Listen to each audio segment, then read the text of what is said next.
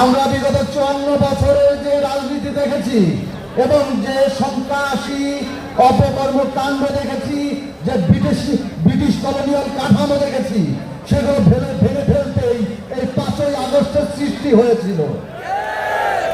কিন্তু কলোনিয়াল কাঠামো ভাঙে নাই।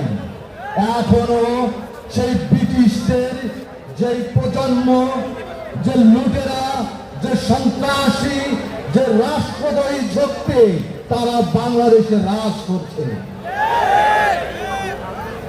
পল্লী বিদ্যুৎ সমিতির যেই সমস্যা এবং বৈষম্য দূর করার জন্য আমার ভাইয়েরা যারা দীর্ঘদিন ধরে দাবি করছে, সেটা আমার মতন একজন সাধারণ মানুষ বুঝতে পারলেও ব্রাহ্মণবাদী যেই আমলারা আছে তারা কি এখনো বুঝতে পারেননি? বাংলাদেশে যদি কেউ ব্রাহ্মণ্যবাদ প্রতিষ্ঠা করতে চায় এবং সে অনুযায়ী কাজ করতে চায়, তবে এই হাজার হাজার মৃত্যুর পরবর্তী বাংলাদেশে মানুষ সেটা কখনোই মেনে নেবে না।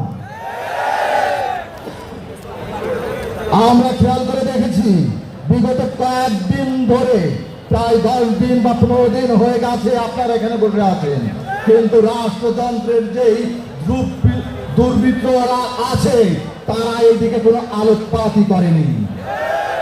আপনারা রাষ্ট্রদ্রোহী হচ্ছেন বা আপনাদের ট্যাগ দেওয়া হচ্ছে, ঠিক আছে, আপনারা রাষ্ট্রদ্রোহী, এইটা আমি মেনে নিলাম। কিন্তু রাজপথে আমরা যারা আছি, যারা ফ্যাসিস্টের বিরুদ্ধে দীর্ঘদিন ধরে সংগ্রাম করেছি, যুদ্ধ করেছি, তারাও তো এখানে এসেছিলাম, তাহলে কি আমরাও রাষ্ট্রদ্রোহী?